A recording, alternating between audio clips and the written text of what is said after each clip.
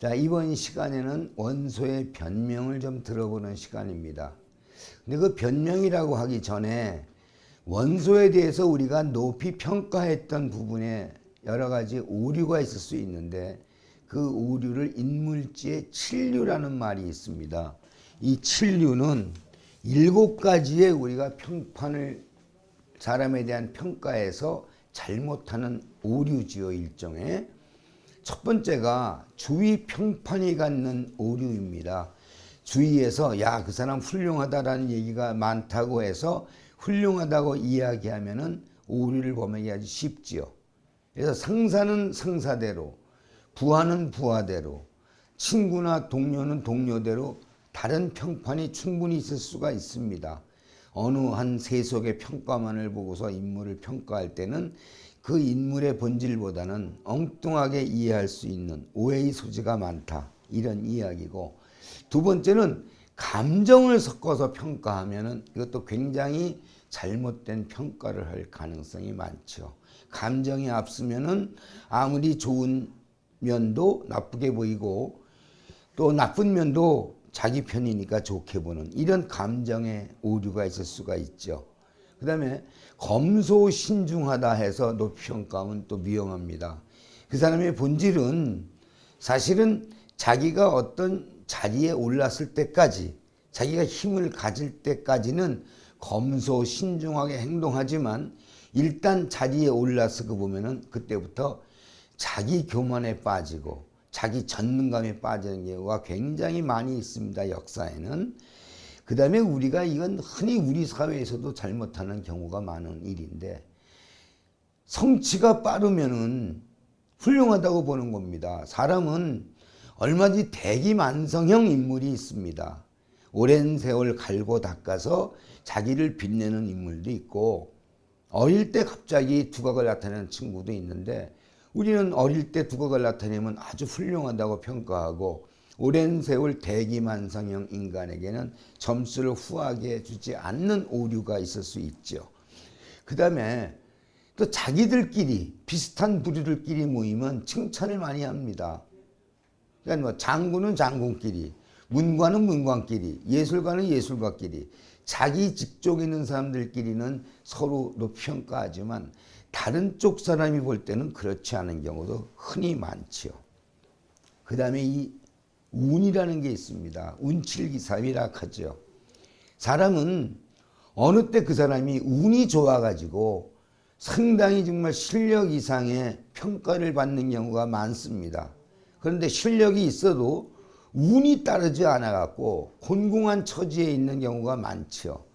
그러면 운이 좀 좋아서 승승장구한다고 해가지고 굉장한 사람이라고 평가하다가 보면은 막상 어느 결정될 때 되면은 그 사람 시원찮다라는 거로 결말이 나지요.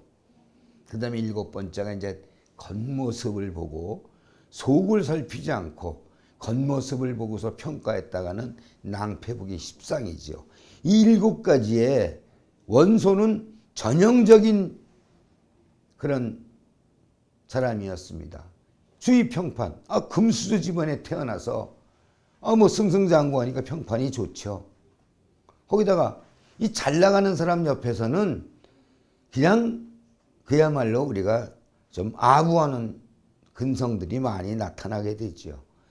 이 원소도 어릴 때 상당히 많은 사람에게 친절합니다. 자기보다 직급이 낮은 사람에게도 아주 공손하고, 그렇지만 일단 자기가 천하를 가질 수 있는 절호의 기회가 왔을 때는 아주 교만에 빠지지요. 그 다음에 이 성취가 빠르다는 거. 젊은 나이에 출세를 하다 보니까 아주 그 오만해지고 교만해지고 마음속 깊숙이에 자기가 최고라고 하는 의식이 무의식 중에 싹 틀 수가 있는 겁니다. 이제 이런 부분에다가 그 다음에 마지막에 겉모습. 잘생기고 훤칠하고 하다 보니까 이게 많은 사람들이 야, 원소는 참 뛰어난 인재다라고 봤지만 실제로는 뛰어난 인재가 아니라 범용한 사람이었을 뿐이죠. 이런 칠류를 바탕으로 해서 우리가 이 원소의 변명을 한번 들어봅시다. 아마 원소는 첫 번째 변명을 하게 된다 그러면 그 저수란 사람이 처음에 진언했을 때 당신이 지금 천하의 사계죠. 굉장히 광대한 영토와 아주 농업 생산력이 뛰어난 그런 곳에 또 국민도 많이, 백성도 많이 사니까 군대도 많이 기를 수가 있다. 이 좋은 기회에 당신이 황제를 영입해서 천하를 호령할 수 있는 기회를 가지면 어떠냐라고 했을 때 원소도 아주 적극 동조하지 않습니까? 근데 막상 실행에 옮기지를 못했죠. 아마 원소는 이렇게 얘기할지 모릅니다. 나도 내가 싫어서 그런 게 아니라 원래 나는 조조처럼, 조조는 황제를 모시다 놓고서 온갖 핍박을 다 가하고 자기 입속에 맞춰서 부려먹기도 하고 뭐 실권도 안 주고 그냥 소위 말하는 화병의 꽃처럼 두고서 전 군웅들을 속이지 않았느냐. 나는 그러지 못하는 사람이기 때문에 뭔가 좀 제대로 해보려고 좀 시간을 끌다 보니까 그 절호의 기회를 조조에게 뺏겼다. 뭐 이렇게 변명할 수 있을 것 같아요. 아무튼 뭐 이 원소의 변명도 일리가 없는 건 아닙니다만은 세상은 우리 요즘 유행하는 말이 있죠. 물 들어올 때 배져라. 물 들어올 때 배졌지 않으면은 물 빠진 다음에 저봤자 갯벌에 얹히면 나가지 못하지요. 저수에 대한 부분은 아마 이렇게 변명할 것 같습니다. 그 다음에 두 번째는 관도대전이 결정적인 관도대전에서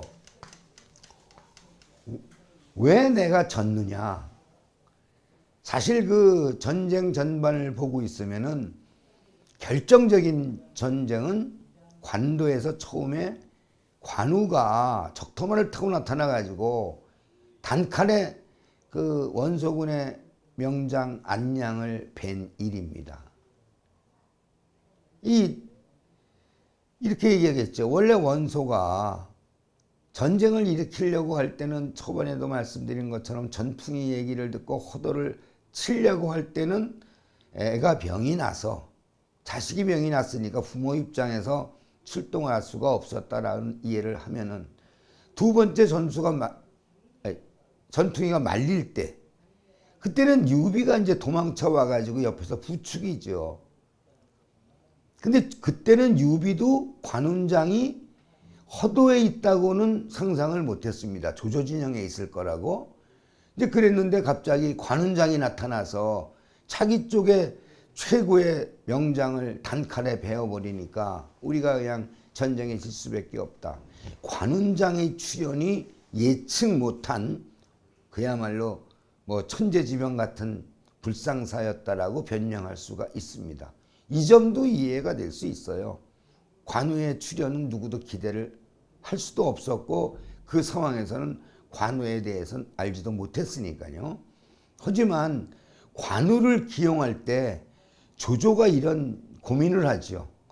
관우가 큰 공을 세우면은 분명히 여기를 떠날 텐데 그래도 되겠냐. 근데 정욱이란 참모가 이런 얘기하죠. 그때는 그때고 지금 다급한 이 순간에 저 안양이를 물리치려면 관우밖에 없습니다. 그러니까 과감히 조조가 관우를 기용을 합니다. 결국은 기용했다는 이유는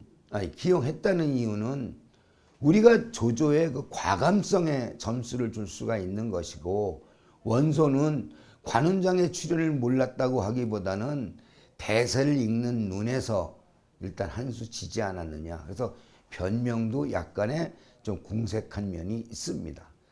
마지막으로 전풍이한테는 이렇게 얘기할 것 같아요. 그 친구 참 훌륭한 친구고 멋있는 친구고 좋은 얘기를 많이 해줬는데 정말 내가 협량한 내 속마음이 결국 이런 화를 불렀다. 사과한다. 이 정도 얘기를 할 것 같지만 원소 입장에서는 그런 변명보다도 저는 이런 얘기도 좀 곁들여 할 것 같아요. 전풍이가 이 모사라든지 책사라든지 하는 직업이나 그때의 종사자들은 전쟁에 대해서 사실 실전에 출전하는 장수가 아니지요. 흔히 말하지 천리 밖에 있는 장막 속에서 작전을 짜가지고 자기 주군으로 하여금 전쟁에 이기게 하는 역할을 하는 일인데 이 원소는 항상 그 자기 자신이 멋있는 사람이라 여기고 당당했는데 전풍이가 좀 고개를 숙이고 돌아서 좀 빌듯이 이 얘기를 했으면 좋았는데 이 전풍이가 원래 아주 그야말로 당당한 사람이에요. 옳은 말을 하면은 내 목숨도 아깝지가 않다. 나는 내 원칙에 산다. 아마 이런 주장이 강했던 것 같습니다. 그러니까 결국은 전풍이한테 사과하는 원소의 마음보다는 전풍이가 사실은 싫었을 것 같아요. 물론 전풍이의 의사를 받아들이지 않은 자기 잘못은 인정을 하겠지만 전풍이가 좀 고분고분 소위 말하는 좀 아부도 하면서 했으면 받아들여 줬을 텐데 당당하다 보니까 뭔가 마음속에 닿지 않는 이런 부분들이 그야말로 원소로 하여금 받아들이기가 어려운 이런 말이 되겠죠. 그래서 결국은 원소는 7가지 오류를 범할 수 있는 그런 우리 인물 평가에서 그 모든 것을 받아들일 수밖에 없는 그런 처지에 놓였고, 또 원소는 결정적인 계기가 왔을 때 큰 힘으로 누르면은 만사를 해결할 수가 있겠다. 그래서 우리도 요즘 보면은 힘으로 무엇을 누를 수 있으면은 다 될 것 같지만 사실 그거는 미봉책이죠. 순간에서는 힘으로 이길 수 있을 것 같지만 긴 세월을 보거나 긴 세월이 아니고 결과를 보면은 힘으로 만사를 해결하려고 해서 좋은 결실을 얻는 경우는 별로 없는 것 같습니다. 역사는 우리가 수없이 반복되는 과정 속에 힘으로 약자를 눌러서 순간은 이기지만 영원한 승자는 없다.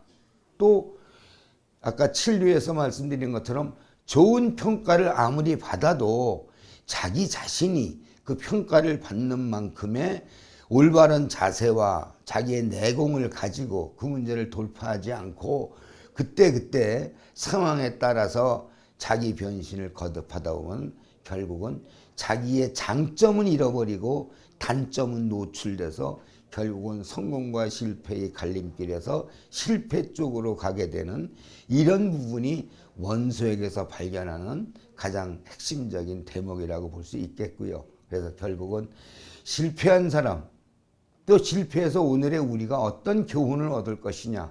교훈은 사실 각자가 받아들이기 나름이지요. 그렇지만 상대의 실패에서 저 사람이 무엇 때문에 실패했는지를 알고 그 길을 똑같이 또 실패를 반복하는 건 그거야말로 정말 바보짓 아니겠습니까? 우리가 흔히 실패는 성공의 어머니다라고 하는 얘기는 뭐겠어요? 원래 그 얘기한 사람이 에디슨 아닙니까? 과학자예요. 과학자는 실패를 하면은 그 방법을 다시는 쓰지를 않지요. 새로운 방법에 또 실패를 하고 또 새로운 방법에 실패를 하고, 그렇지만 끝내는 그 새로운 방법이 어느 순간에 성공으로 이어진다는 말 아니겠습니까? 결국은 실패는 성공의 어머니다라고 얘기할 때 그 똑같은 실수를 반복하지 않는데 그 의미가 있지 않나. 그래서 역사 속에서 배우는 실패는 성공의 어머니라 그러면 우리가 원소라는 인물에게서 발견한 이런 많은 잘못된 부분 또는 그 원소 자신의 부족함, 이런 부분들을 우리가 충이 좀 수용할 수만 있다 그러면 삼국지의 바보들 편이 결코 무의미한 일은 되지 않을까, 이런 생각을 해봅니다. 그 다음 시간에는 동탁이에 대해서 우리가 삼국지에 나오는 또 하나의 폭군이라고 얘기할 수도 있죠. 그렇지만 이 단순한 폭군이 아니라 어쩌면 동탁이란 인물의 실패는 또 어떤 점에서 오늘의 우리에게 주는 교훈이 원소보다는 훨씬 더 난 풍부하지 않을까, 이런 생각을 해봅니다. 다음 시간에 또 뵙죠. 감사합니다.